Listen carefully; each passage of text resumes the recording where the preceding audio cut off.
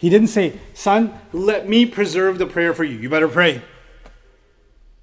Because the father could just say, pray, right? You better finish your maghrib. Better.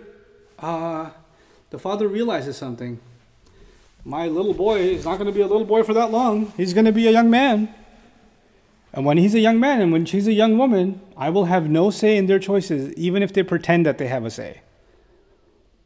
I become my own person. I have my own thoughts. I have my own feelings. I have my own world that I live in inside my head.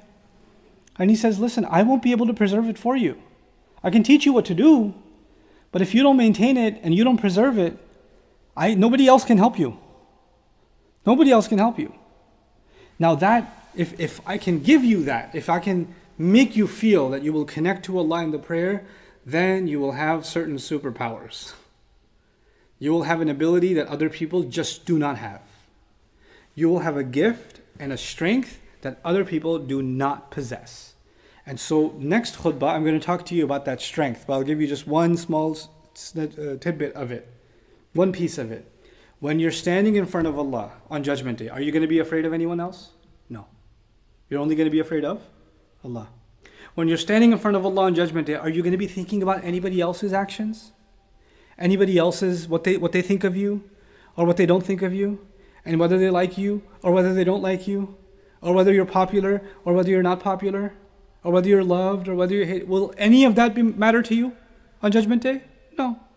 All of that will disappear. The only thing that will matter is Allah happy, is Allah not happy? Yes or no? That's the only thing that's going to matter. When you truly stand in front of Allah in Dhuhr, in Asr, in Maghrib, in Isha, you will live not caring about what anybody else thinks or expects, except who? Except Allah. And then when you come out of that, then your friends expect you to be a certain way. Your culture expects you to be a certain way. Your family expects you to be a certain way. Your society expects you to be a certain way. Your inner feelings expect you to be a certain way. And you learn to put all of them in their place and say, wait, I know all of you have your demands, and even your body has its own demands, but you will say, no, wait, I want to meet Allah's expectations first. And if I meet Allah's expectations, and that means I disappoint some of you, I'm okay with that. Because I got to stand in front of Allah. And I don't even have to wait till Judgment Day to stand in front of Allah. I have to have a meeting with Allah in about 2 hours at Asr. I got to stand in front of Him again. How am I going to face Him if I listen to you and not listen to Allah? You see what that does? It empowers you to not be afraid of people anymore. It empowers you to not be concerned about anybody. You can care about people, but so long as you're not violating what Allah wants. It makes you stronger. It makes a person truly, truly strong to stand by what's right. And you don't say, man, how am I going to answer Allah on Judgment Day? You start thinking, how am I going to answer Allah at Maghrib? How am I going to answer Him? I have to stand in front of Him, don't I? I'm going to stand in front of Him and I'm going to promise Him something. We worship only You. Oh yeah? What mouth am I going to take before Allah and say that when I was doing what I was doing? When I was saying what I was saying? When I was acting the way that I was acting? When you really connect to Allah, then that connects things. When you start seeing it affecting everything that happens between the prayers.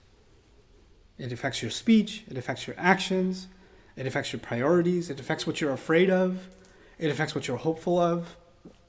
Everything starts changing. So he gives his son the most powerful advice. Because at the end of the day, the father is letting his son know, you don't have to live up to my expectations. But you're definitely going to have to live up to Allah's expectations. A father and a son and a daughter and a mother, all of us are human. We can be alive one day, we can be gone the next. We can be alive 1 hour, we can be gone the next. So your father used to yell at you to pray, and he's not there anymore. May Allah preserve all of our parents. Right? Your mother used to be there, she's not there anymore. Your son used to be there, they're not there anymore. Allah can take, it's Allah's life. He can take, He can give and He can take. Right? But you know what? Whoever comes and goes, you can say, well, now nobody's telling me to not stay up late. Nobody's waking me up for Fajr, I can sleep in peace. I don't live with my mom anymore, so I don't have to worry about it anymore. And the father is telling his son, it's not about me. It was never about me. Wherever you are, فَأَيْنَمَا كُنْتُمْ فَأَيْنَمَا تُوَلُّوا فَثَمَّ وَجْهُ اللَّهِ. Whichever way you turn your faces, that's where you find Allah. That's where you find Allah. This is about us facing Allah Azza wa Jal. And that's the first advice that he gives his son before he gets into what kind of things he's going to face in life.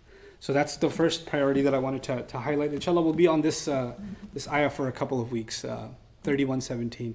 And my advice to you, those of you that are keeping up with the series, for your own personal benefit, it's not that long of a passage. It's surah number 31, and this is ayahs number 12 all the way to 19. It's actually pretty much one page. And it's not that hard to memorize. It would be good for you to memorize it and to rehearse this teaching, inshallah ta'ala, for yourselves and your family. Barakallahu li wa lakum fil Qur'an al-Hakim wa nafa'ani wa iyyakum bil ayati wa dhikr al-Hakim.